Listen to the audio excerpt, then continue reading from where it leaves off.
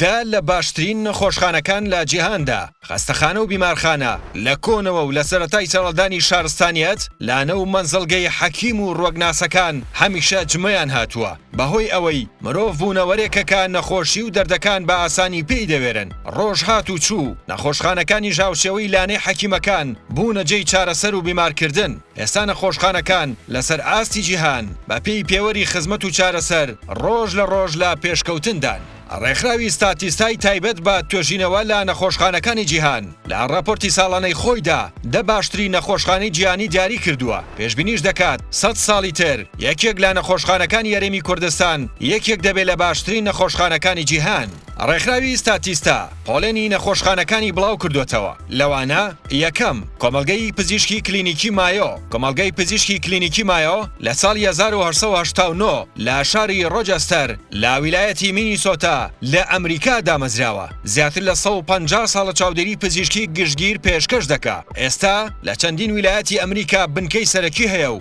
ساڵانە لە چەندین وڵاتەوە زیاتر لە 2,300,000 نەخۆش سەردانی دەکا دووەم کلینیکی کلیڤلاند کە بە باشترین شێوە چاودێری نەخۆشەکانی کردووە بە پابەندبوون بە دروشمی وەک ئەندامێکی خێزانەکەت ئاگاداری نەخۆشەکە بە لە پلەی دووەمدایە ئەم کلینیکە لە شاری کلیڤلاند لە ویلایەتی ئۆهایۆی ئەمریکایە و با چەندین پێشکەوتنی پزیشکی و چاندنی ئەندامەکانی جەستە ناسراوە لە نێویاندا یەکەم چاندنی دەموچاو کە بۆ هاوڵاتیەک لە ئەمریکا ئەنجام دراوە لە ساڵی 2009دا ژمارەی پێوانەی لە چاندنی ئەندامەکانی جەستەدا تۆمار کرد کە گەیشتە 897 نەشتەرگەری چاندنی ئەندامەکانی جەستە سێەم نەخۆشخانەی گشتی ماساچوتس لە پلەی سێمدا نەخۆشخانەی گشتی ماساچوتس هەیە کە زیاتر لە 200 بە توێژینەوە پێشەنگەکانی ناسراوە هەروەها یەکەم و گەورەترین نەخۆشخانەی فێرکاریە لە جیهاندا بودجەی ساڵانەی نەخۆشخانەکە زیاترە لە 850 ملیۆن دۆلار و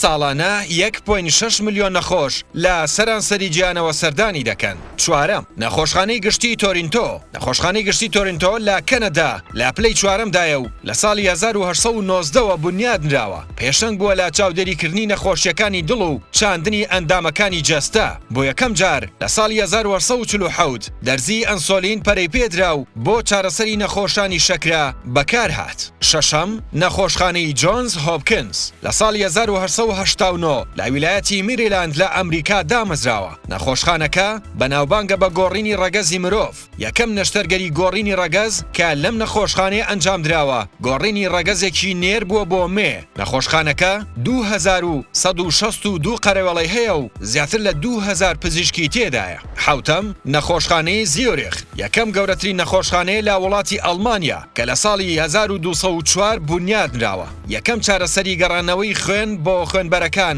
لەم نەخۆشخانەیە ئەنجام دراوە ئەویش با بەکارهێنانی باڵۆنێک کە ئێستا پێی دەوترێ دانانی شەبەکە و باڵۆن هەشتەم نەخۆشخانەی گشتی سنگافورە نەخۆشخانەی گشتی سنگافورە بە گەورەترین و مێژوویترین نەخۆشخانەی ئەو وڵاتە دادەنرێت کە لە ساڵی 1821 بنیادنراوە نەخۆشخانەکە تاکە باشترین نەخۆشخانەیە بۆ نەخۆشانی شێرپەنجە لە کیشوەری ئاسیا کە زیاد لە 40 پسپۆڕی بۆ نەخۆشی شێرپەنجە تێدایە و ساڵانە ملیۆنێک نەخۆش وەردەگرێ نۆیەم ناوچەی پزیشکی شیبا ناوچەی پزیشکی شیبا بە یەکەم سەنتەری چارەسەری پزیشکی سەربازی دادەنرێ کە لە ساڵی 1948 بنیادراوە ساڵانە 1,600,000 نەخۆش وەردەگرێ پسپۆڕیەکان لەم نەخۆشخانەیە بەریتین لە نەخۆشیەکانی دڵ شێرپەنجە نەخۆشیەکانی مێش منداڵبوون ژنان بۆ ماوەی و پەروەردەی پزیشکی دێم و کۆتایی نەخۆشخانەی گشتی کارۆلینسکا نەخۆشخانەی کارۆلینسکای سویدی لە ساڵی 1810 دامەزراوە 15,000 کارمەند لەم نەخۆشخانەیە کار دەکەن